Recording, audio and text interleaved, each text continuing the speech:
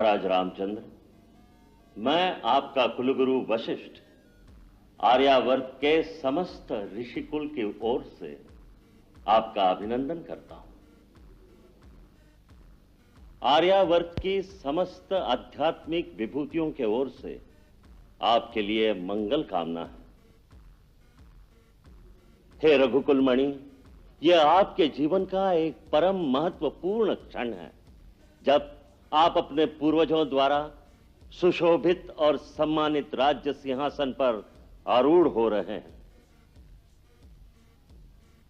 आपके पूर्वजों में परम तेजस्वी इक्ष्वाकु, महापराक्रमी दिलीप, सत्यवादी हरिश्चंद्र, परम तपस्वी भगीरथ, परमदानी महाराज शिवी, महाप्रतापी महाराज रघु जैसे एक से एक महान राजा हुए हैं, जिन्होंने अपने सत्कर्मों और धर्माचरण से न केवल अपने यश को बढ़ाया, अपितु अपने देश के गौरव और अपने कुल की कीर्ति को भी उज्जवल किया है।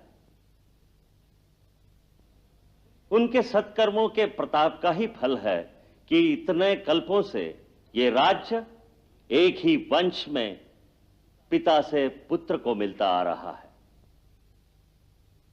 इस प्रकार सूर्यकुल की श्रृंखला में आज तक कहीं विघ्न नहीं आया। यह किसी वंश के लिए बड़े गौरव की बात है, क्योंकि इससे दो बातें सिद्ध होती हैं। पहली ये कि प्रजा को इस राजवंश पर पूरा भरोसा है, विश्वास है।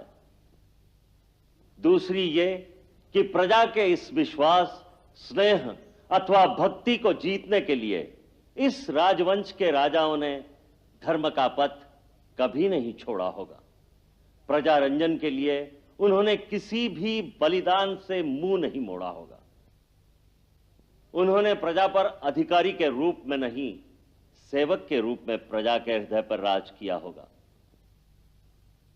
महाराज राम, आपको भी प्रजा को यही आश्वासन, यही भरोसा देना होगा कि इस वंश के पूर्वजों ने अपने अपने पराक्रम, धर्माचरण, तपस्या और आवश्यकता पड़ने पर बलिदान से जो जो परंपराएं स्थापित की हैं, उनका नया राजा भी अपने पूर्वजों की उन परंपराओं को पूर्णतः निभाएगा और अपने पूर्वजों के स्थापित किए हुए मापदंड पर पूरा उतरेगा।